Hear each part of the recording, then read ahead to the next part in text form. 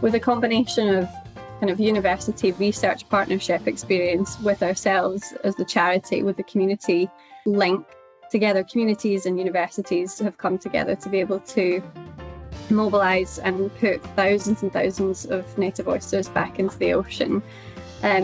One of our projects has been going for a decade, the other for 4 years, and we're already seeing significant benefits in how the oysters are able to filter the water. So filter out pollutants and toxins, make it clearer, make it healthier essentially for all of us to enjoy and explore. And they also have great carbon sink properties as well.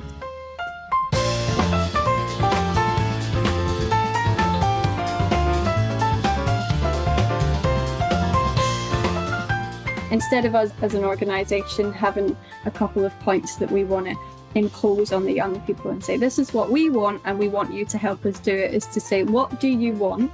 And let's see if there's a way we can work together and maybe achieve that.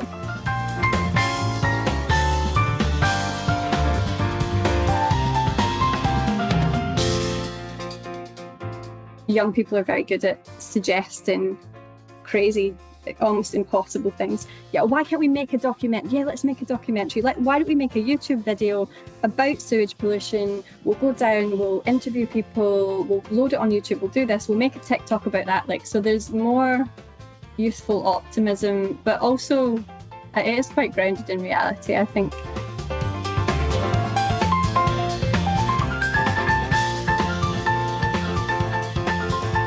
We conduct thousands of beach cleans with volunteers every single year, and every piece of litter that's been collected has been recorded.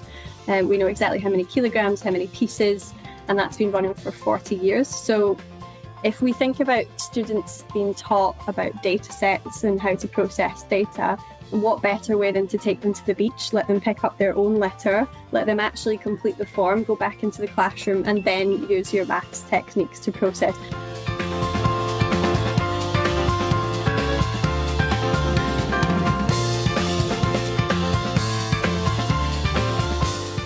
Hello, welcome to the latest episode of Ready, Steady, Green. In this podcast, we're discussing challenges and opportunities of turning climate awareness to climate action. In other words, making sustainability sustainable. This is not intended to be a specialist podcast to sustainability experts. Instead, it aims to broaden the discourse and help everyone realize how closely the topic of sustainability, climate, health, quality of life, equality of chances, innovation, technological development, mindset change are all connected. The episodes from Ready, Steady, Green aim to inspire everyone to step up and step out in their lives and in their communities. Make sure to follow us on your favorite podcast platform and share it with your friends. Invite them to listen to it. You can also listen to our earlier episodes and always feel free to send me a message. Who would you like me to invite as our next guest to the podcast? Our guest for today is Kirsty Crawford.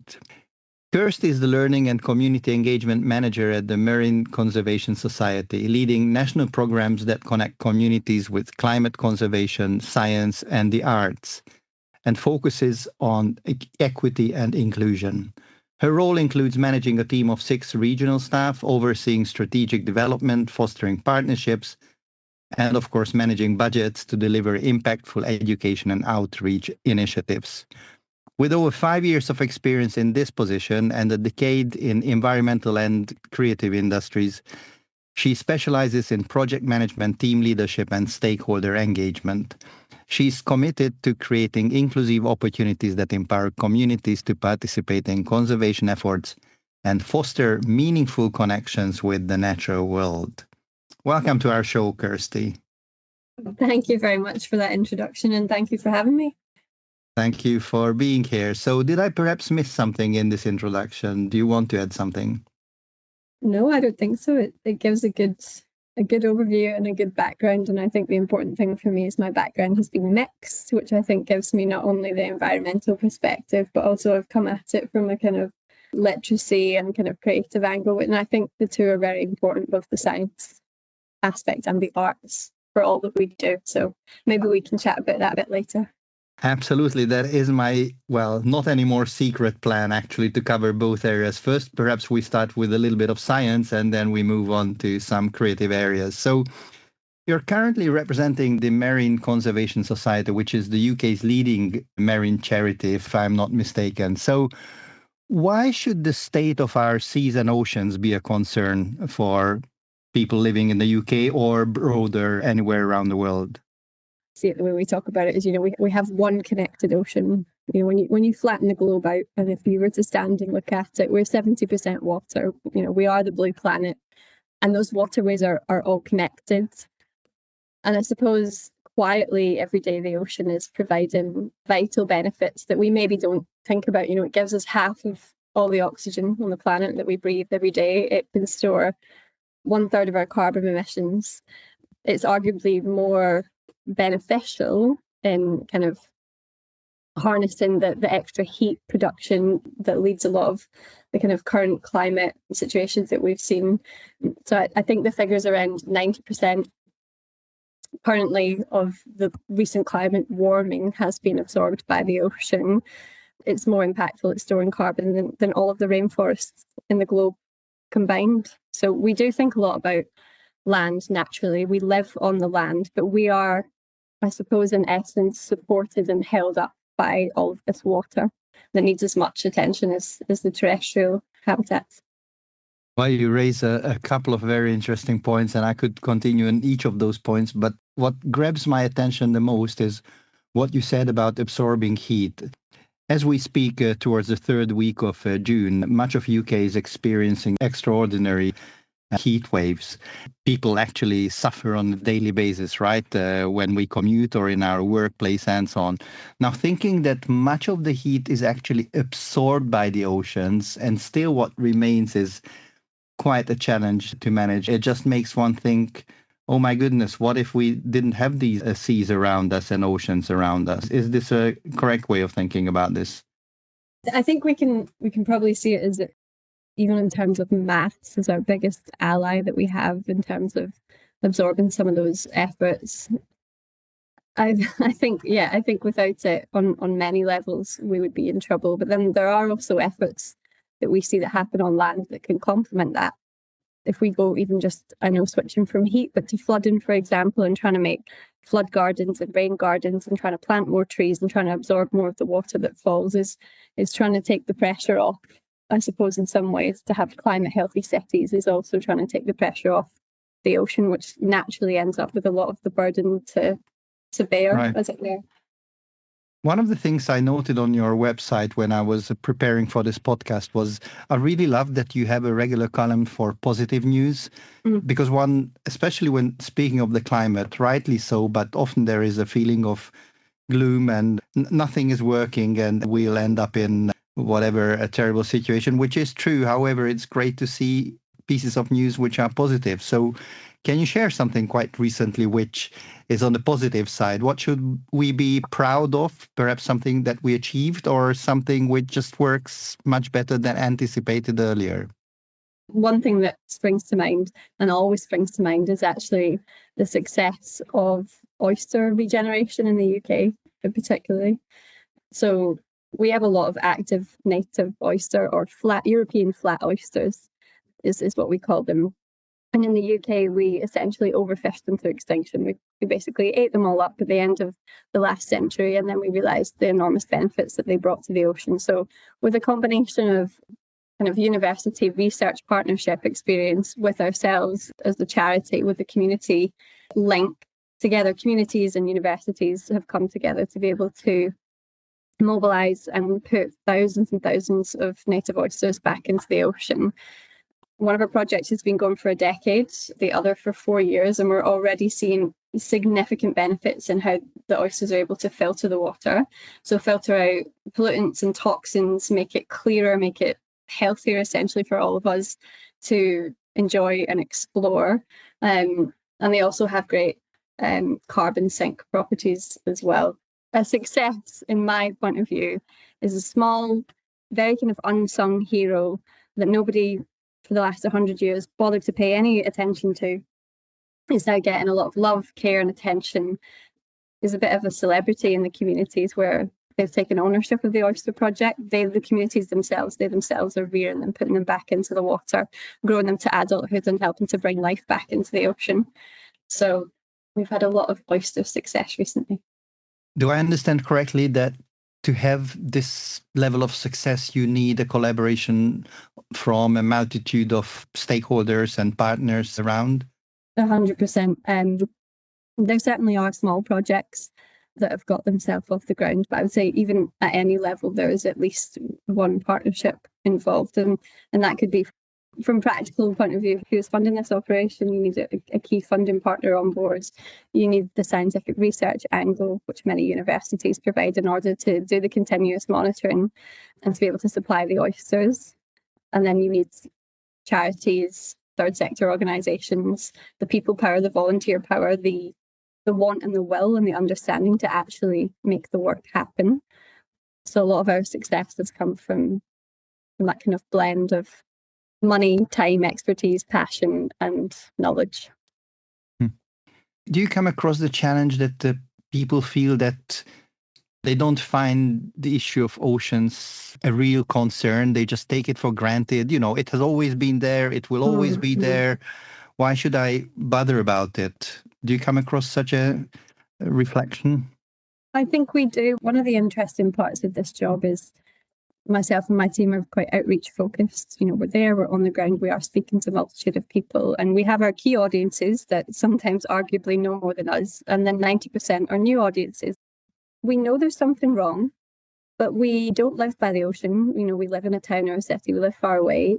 We don't really know what the problem is. We perhaps have a global view of the oceans thanks to wonderful documentaries, Blue Planet, Planet Earth. And so if the ocean is viewed at that spectacle level, whales, dolphins, majestic, vast open ocean.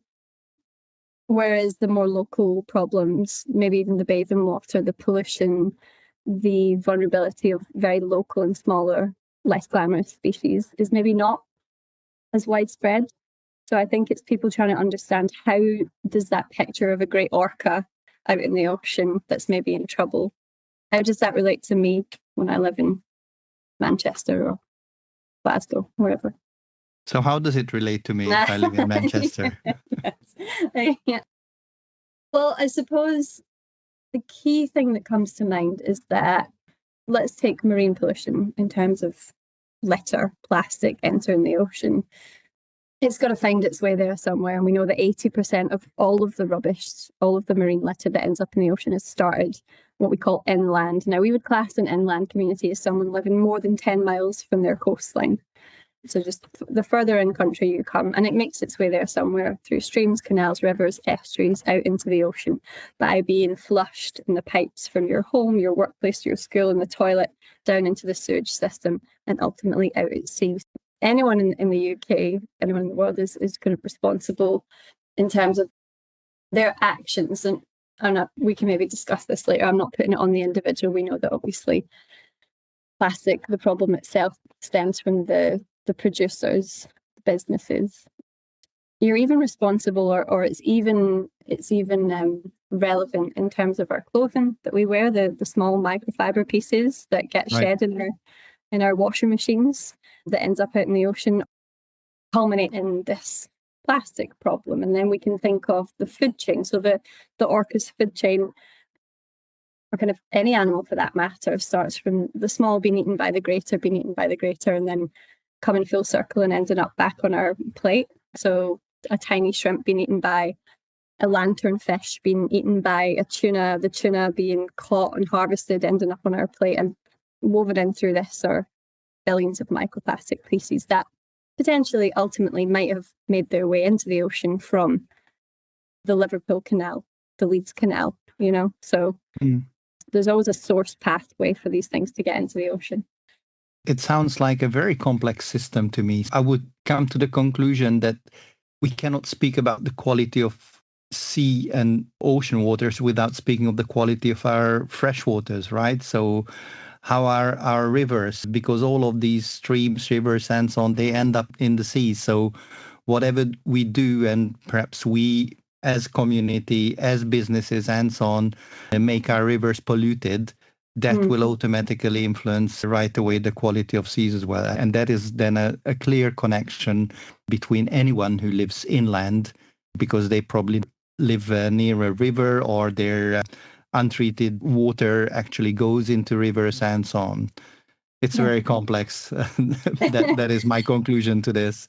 It is very complex. And even out in the ocean itself, warming sea temperatures, rising sea levels, you can even go into things like coastal erosion or the decimation of commercial species. I think it's about 90% of the planet relies on fish as their primary source of protein. So there's a whole conversation, do we eat fish, do we not? But we can't just wipe it away as if that's not an issue. People eat fish.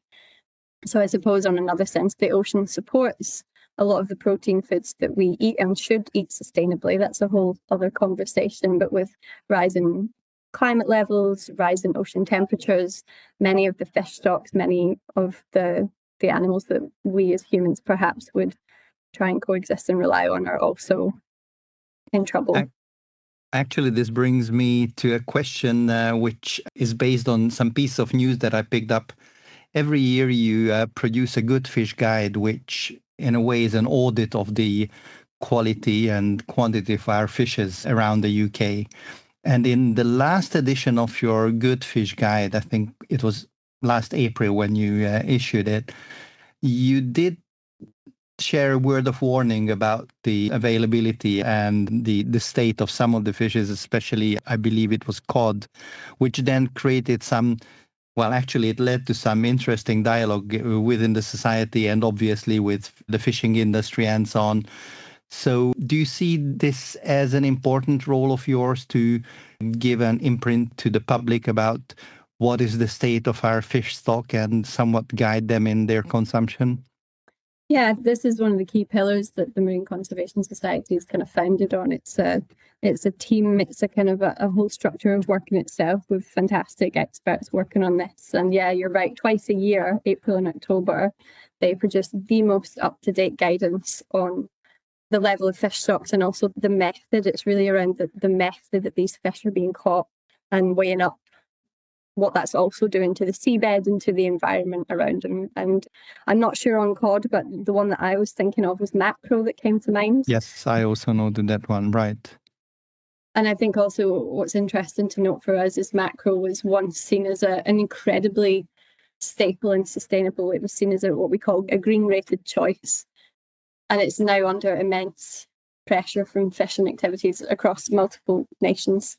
And so for us, what leads to that getting downgraded is the fact that the mackerel stock itself would soon no longer be able to sustain itself as a population. So we need to give it a chance to recover and kind of and naturally start to boost the numbers again without continuing to catch it at such a frequency, which I think is more a comment on, as I was saying, the health of the oceans and all the wildlife that it sustains in general is even the fish, even the once most abundant and common of fish species are also struggling. I see.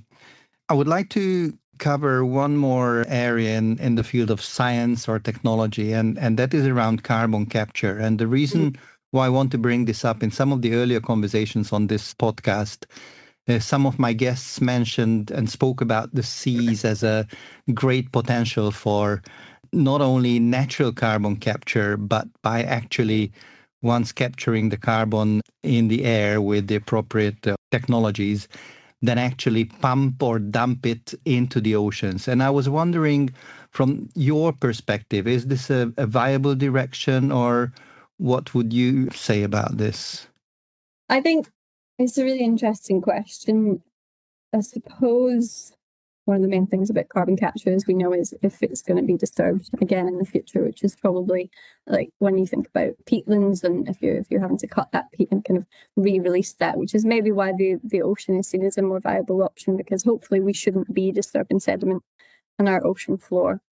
I think it does a remarkable job, but we do know that levels of carbon dioxide in the ocean do have a consequence. You have ocean acidification, lots of things, all the way from crabs, lobsters, krill, anything with a kind of a calcium carbonate exoskeleton suffers in that way from those levels in the ocean. It becomes brittle and damaged. It grows, more slowly. It makes animals more susceptible to disease. So I think we really only know what we know, I suppose. We see how the ocean's coping at the minute naturally, but if we were to inflate those levels unnaturally, I suppose, and inject more higher level, I don't know how we would cope or what we would see the results of that being. But certainly we know at the minute it's a very stable, locked-in environment for carbon to be captured.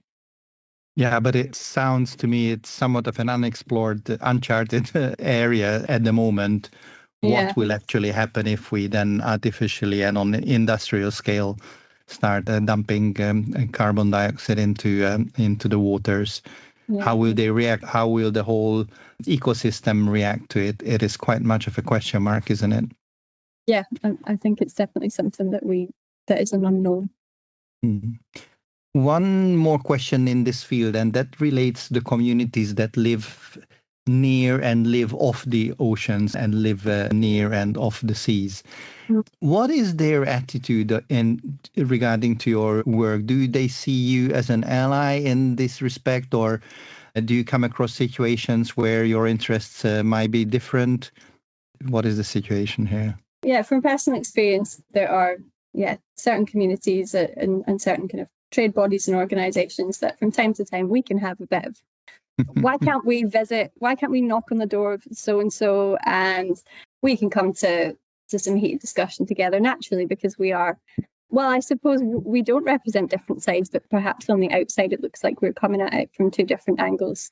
Really, our organisation exists to try and support the health of the ocean, ensure longevity, ensure regeneration, and ensure communities also feel connected in that. So it's kind of our duty to ensure good strategic partnership working. And I think one success actually, not from right here, but from UK overseas territories, is we do a lot of, we have a fantastic small team that do work in the Turks and Caicos Islands around turtles. And so a lot of the communities there were kind of inadvertently not being as much of a friend to the turtle population as they perhaps could have been, and over very, very skillful, using something called the community voice methods, a lot of interviews, a lot of genuine active listen, active participation, and many, many trips back and forth. They've built and fostered a real solid foundation of trust. The fishing community have kind of come to be trusted friends, I suppose, in that respect, and take some of our recommendations and methods on board. And we've seen an increase in turtle populations and an increase in that level of trust about who we are coming into communities with our, with our ideas, is learning to sit down and talk with them and let them know that we're all ultimately working towards the same goal. We both need the ocean in different ways, and we need a healthy ocean as possible. So how do we constructively work towards that? And how do we get to trust one another? And so we've seen great success in our organisation with our social science using the community voice method. In a way, this is an example where actually your work contributed to the strengthening of a community, perhaps helping them create an even stronger identity and have a clear purpose in mind, which are all essential traits for a strong community. And that is great then. That's a great story. Now, I would like to have a little break with a little game now. And the way it would work is the following. We are now at episode 14 in the line of this podcast. Mm-hmm. And I would like to bring a couple of terms, or sometimes just one word, all starting with the 14th letter of the alphabet, which is letter N. And I'm curious to hear from you in maximum 1 minute, what kind of associations come to your mind in relation to sustainability when you hear this word or when you hear this term. Okay, you're ready to this little game? Yeah, okay. All right. Great. So the first one is, what are your thoughts related to natural resources? Seaweeds came to mind as a sort of a natural resource in terms of its kind of versatility and also strong community identities with coastal communities that harvest seaweed for a multitude of purposes and almost turn that into a business. So there are so many things, from like cosmetic products to salt seasoning, foods, dog food, even using seaweed for its casing properties. It's used in toothpaste, it's used in sausage casing, and it is abundant when it's managed properly. But unless you are involved, I don't think many people think about this. They say, well, occasionally one can read about, a story of how seaweed is being used here or there, but it's not in the main focus in any way. But that's a very interesting association. So probably one of the examples where nature has abundant resources we might not be very good in, not necessarily using, but using and then living with those resources. All right, thank you. So the second term starting with letter N is nutrient pollution. What comes to your mind when you hear this? I mean, what very quickly came to mind was sort of rivers and freshwaters, but as we've discussed, it's very much connected. But many years ago, actually when I was trying to make the switch into conservation, I took part in a citizen science activity. They sent you a kit. You had to go and sample the local river for kind of levels of nitrogen and phosphate, I think. And I found that to be quite inspiring, and it did open a bit of a gateway into the world of citizen science, which I'm interested in. How do you mobilise, volunteers to actually collect data on your behalf? In terms of the ocean, I would say that yes, nutrient pollution from freshwater very much impacts our ocean habitats, and I think possibly most of all would be agricultural runoff I'm thinking of. And the third one is net zero. Yeah, I think, to be honest, when I think about net zero, I'm a little bit apathetic, because I feel like the buzz around net zero, we must achieve net zero, has become so diluted and so under-delivered on in many respects. It just feels like a big mountain to climb. I think of maybe not things directly relating to the ocean, but that contribute to global warming, to climate change all the same. Even the introduction of electric cars, the promise here in Scotland of Scotland's going to be net zero by X date, and we're going to have X amount of electric cars, and we're going to take fuel and diesels and petrol off the road. And it's just such a huge kind of, overpromise and underdeliver is what I think of when I think of net zero. I think we need to properly understand a little bit more. Instead of just setting very large targets with very little substance behind it, it needs to be less about words on a page and more about small steps and tangible actions to reach that, instead of setting very, very high bar for ourselves and trying to get there in less than, 15 years. It needs to be smaller, I think, and more manageable. I see. No, I fully get it, and I understand why you have mixed feelings around it, and you have your reservations. Now, coming back closer to your actual work, I'm interested in hearing what is your experience with messaging and talking to young people, because there again, in some of the earlier conversations, I heard guests speaking about climate skepsis, and that they have heard it too much, and they don't really, many of today's young people, they feel perhaps overwhelmed by it, and they do not feel they can do anything about it. In a way, perhaps it relates to this net zero dilemma you just formulated. So what works well in your experience? I think, again, I kind of mentioned it earlier, and there's twofold. There's like the interested audience, the interested youth audience that you want to try and talk to, and then there's the kind of disengaged or perhaps more unaware audience. And for us, I suppose we have something called the Youth Ocean Network, a community of young people aged 13 to 25 across the UK.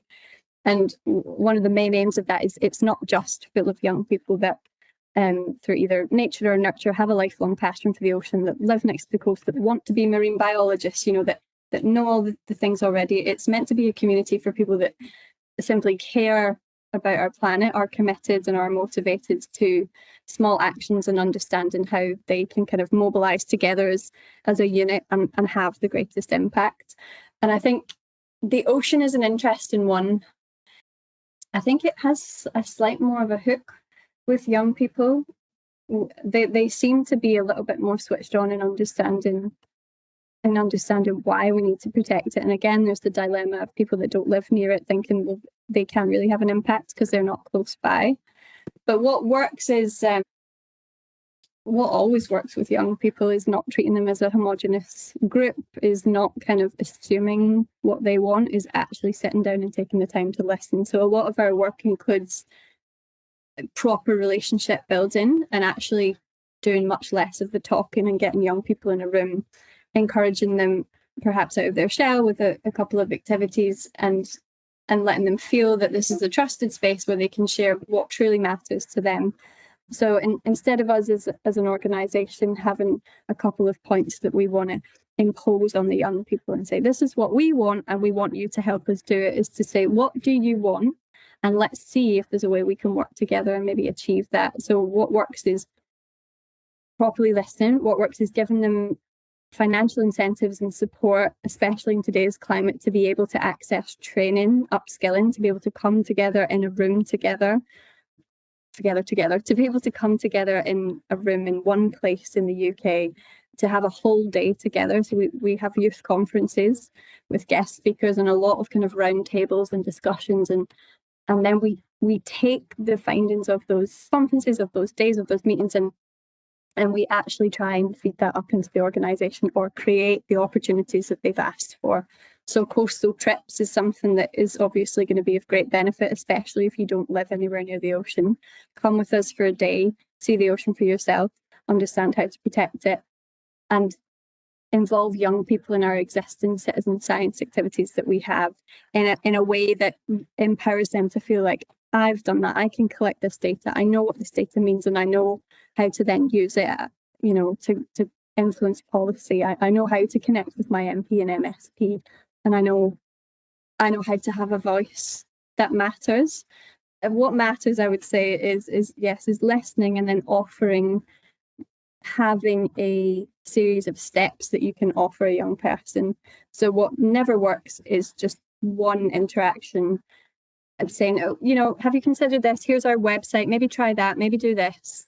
You need to have a pathway, and a pathway for advocacy, a series of small steps that all interlink with each other, so at the end of it, you've got a young person that's maybe done 5 or 6 different actions for you. They've maybe hosted their own stall, they've maybe done a presentation, they've come out to the beach and done a beach clean, they've written to their MP, they've perhaps visited one of the kind of the peaceful sort of protests that happen either in Westminster or Holyrood, and they are embedded, they feel as much a part of the Marine Conservation Society as any of the regular adult members might. Do you identify any generational differences among when working with young people? I think older audiences can be a little jaded, and I understand absolutely why. They also, I feel like with environmental conservation charities, there is a kind of an expectation of what a volunteer might do, or if you're affiliated with that charity, how that might look. You might give a little bit of money, receive a members magazine, you might go to a couple of talks, maybe seen it in a little bit of a box as a little bit of a kind of stale older person's activity that's quite run-of-the-mill and predictable, whereas I think certainly what we want to try and do as an organisation is break out of that a little bit, offer quite innovative, exciting incentives and offers for people to collect data, but to also be creative and kind of generate impact in their own way. So I think young people are very good at suggesting crazy, almost impossible things. Why can't we visit? Why can't we knock on the door of so-and-so? And why can't we make a document? Yeah, let's make a documentary. Why don't we make a YouTube video about sewage pollution? We'll go down, we'll interview people, we'll load it on YouTube, we'll do this, we'll make a TikTok about that. So there's more youthful optimism, but also it is quite grounded in reality. I just think young people are given less credit always than they deserve, and they're sometimes being less bound by all the red tape and the admin in life serves you better as just having a really great, passionate idea and making it happen. And young and old people alike also to say around fundraising as well, which is key for any charity. We've been so fortunate to have the most crazy sort of endurance fundraising challenges Even with fundraising, which is really important, obviously, for charities, we've got very committed, both young and old people, doing the kind of the craziest and most inspiring things. I think the ocean gives that level. So kayaking, paddleboarding, swimming, there's someone canoeing the length of the UK right now. We've had young people aged 9 and 10 with their families walking, doing fundraising walks. We had a whole family travel the length of the UK in their camper van, doing beach cleans at every beach they could along the whole of the UK coast. They picked up something like, I can't remember, a crazy amount of individual items. They'd done surveys the whole way. They recorded the data and cleaned up the coastline and done it all in our. The ocean inspires action in a lot of ways, and some of that is raising funds and money to hopefully go on to help other projects and actions. That's really a fascinating example. Speaking of young people, I'm wondering, do you have an overview about to what extent is marine conservation embedded into the curriculum, and if it is in the right place, or should there be more of it? How much do they learn in school about this? This is quite an interesting question. So it's not a set kind of, each devolved nation's curriculum is different. I work primarily in Scotland. I know a lot about Scotland, but I would say on the whole, what we would term as ocean literacy. So that is our understanding of our impact on the ocean and also the ocean's impact on us. And it can be divided into 7 key principles: learning about knowledge, understanding, awareness, behaviour change, action. Is not formalised in any curriculum capacity. So certain schools in different countries will decide to perhaps do a short module on under the sea, for the younger kids, or perhaps on ocean life or ocean pollution, but nothing is strictly formalised. And in fact, on that note, I'm quite interested to see the consultation right now about the natural history GCSE, which is going out for England and Wales. I think that would have a great deal of depth in it, also around the marine environment. But it's not mandated, and indeed I don't think it's seen as particularly, it's seen as an extra, as a nice to have. So a lot of our work focuses on embedding ocean literacy within schools and also the wider community. So that's education upon both the ocean, but also as humans, what impact are we having, and how could we maybe modify our impact, change our behaviour, change our attitude to the ocean to benefit all of us in the end. And the mechanisms to do that, the mechanisms of how do you educate somebody about the ocean, are vast and quite fascinating. I think they can be very, very playful and creative. Well, it's a good point which you just mentioned, because often I find that on topics like ocean, the approach is primarily from the perspective of sciences, and it is taught within science class or module in our case. However, I think the approach from arts is also a valid one, and I think it is somewhat undervalued. And I wonder if you have any experience on how inclusion in arts could play a role in creating awareness and engaging individuals and communities into your work. Yeah, so I suppose, like you were saying, apart from perhaps having a module in your geography class about ecosystems or habitats or rivers and estuaries, so it's quite structured and formalised, and there's nothing a little bit more relaxed to allow young people to explore the ocean, perhaps in their own terms. So a couple of things that we have done that I have found to be useful is cross-curricular learning, as you will. So we've had a lot of success with English, creative writing, poetry in particular, using the wealth of literature that already exists out there. People writing about the ocean in a non-scientific way. Sometimes that can be the key that unlocks the imagination of a young person in the form of a story or a poem or a short essay. Rather than percentages in a science textbook, the ocean covers 70% of the earth. There are X billion species that live in the ocean. It's not you can't really connect with that on a deep level. So starting to talk about language, starting to talk about rhyme even. We've had a lot of success with really young children, 4 and 5-year-olds, using that great book, The Snail and the Whale by Julia Donaldson, to talk about rhyming structures, how language rhymes, how the sounds of the ocean almost rhyme and mimic each other. What does the wave sound like? What how would we write that? How do we make that sound out of our mouth, and what does that make us think of? And obviously woven very much throughout this age appropriate will be our messaging around litter, around pollution, around regeneration, around overfishing. Why do some animals, not exist in the ocean anymore? And how can we help those species to recover? How can we help contribute to the plastic problem? How do we perhaps use a little bit less, and how do we properly recycle and store our waste products? So we've had a lot of success around creative writing for all ages, using books, using literature, poetry, and then weaving in the scientific messages of the problems around that. We've also translated it into a module for maths. So maths in the wild, we call it, where we use our data collected on beach cleans. So we conduct thousands of beach cleans with volunteers every single year, and every piece of litter that's been collected has been recorded.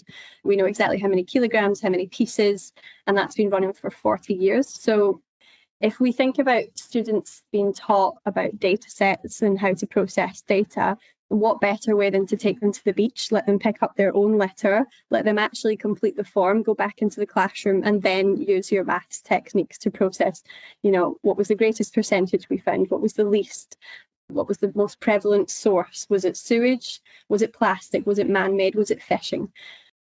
What better way to bring that to life? So we've got maths in the wild, and we've also got music partnerships that we've done in the past. This is the final one that I'll touch on. So we had the BBC Symphony Orchestra come into classrooms with us with their, violins, cellos, flutes, I think.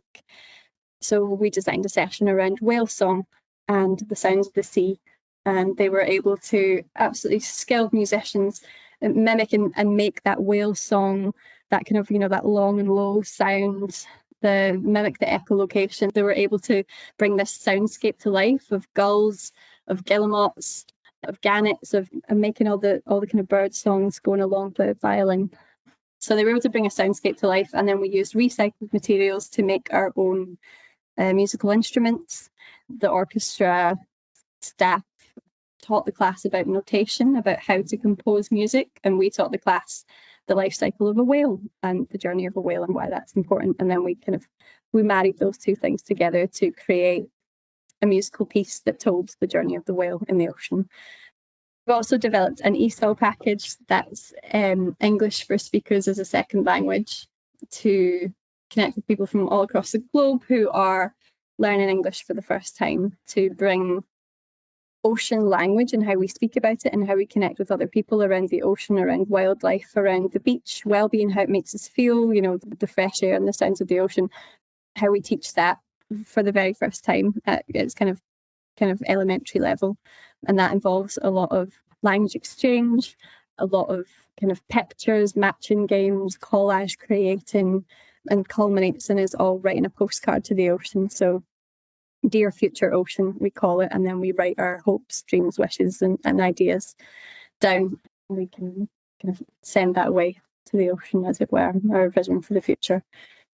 This is a fascinating list of activities that you do, and I'm really pleased that we actually landed in this area, and how arts in its various forms can actually be connected to marine conservation and help people, and especially young people, understand and identify with many of the issues that are related to the seas and oceans.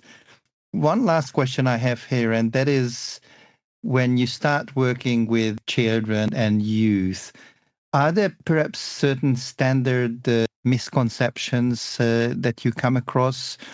Are there any barriers you have to come across when you first start speaking to them or being with them and discussing or enjoying or covering the seas and oceans?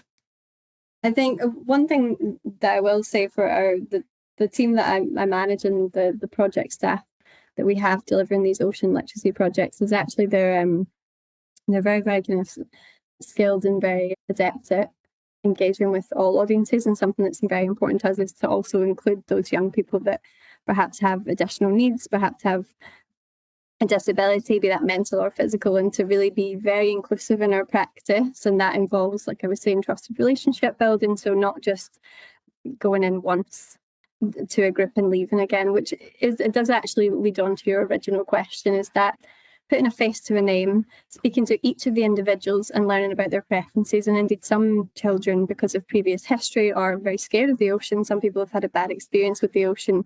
Some children are just naturally afraid. They think of sharks, they think of deep waters, they think of dark waters. And that is actually quite a big consideration into moving past. You need to move past the fears and the kind of trepidations. But on the other hand, some children are very nonchalant, are bored, I suppose, with the whole concept of anything that distinctly would even touch into the camp of science. Science is, is uncool, science is complicated, science is whatever. So there's a slight element of it perhaps being uncool to show an interest in anything that might be kind of science related. Then on the other hand, there are some kids, that are just absolutely brilliant. They're very enthusiastic. Yeah, the barriers can be numerous, and especially when we take kids from inner city places out to the beach, it's a bit, and genuinely the more time has passed, the more we have seen it be young people from age kind of 5 up to 18, their very first time standing by the ocean in the UK, even if they've lived in a city their whole life, through circumstance, through whatever, they've never set foot in that environment. They don't know what it smells like, what it looks like, what it tastes like. They don't know how to connect with it in that way. And sometimes when we're in that situation, there's just a level of being wildly out of your comfort zone in your environment.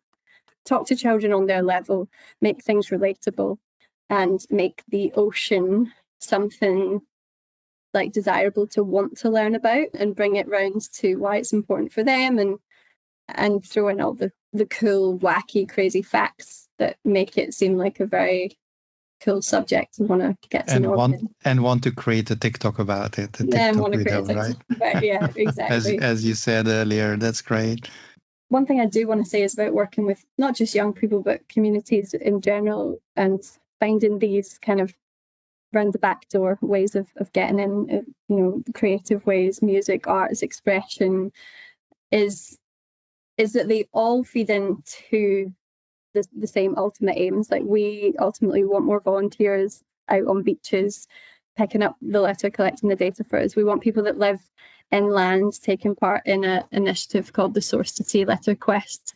So that's litter picks in the playground, car park, your workplace, the street where you live, along the canals and the waterways, also collecting data. We need the data to back up what we do. So we need more mobilisation, and then ultimately, through whichever mechanism that you have learned, understood, increased your knowledge, we want to see that then try and shift your behaviour. So knowledge to equal behaviour change, to then hopefully inspire more people to become regular volunteers for us, to be political advocates, to help us sign our petitions and push our policies forward, and to support us to kind of put pressure on the government where it matters, and ultimately to change the law, where we've seen kind of great success, especially around plastic related policies, which is the direction that we do want to keep going in.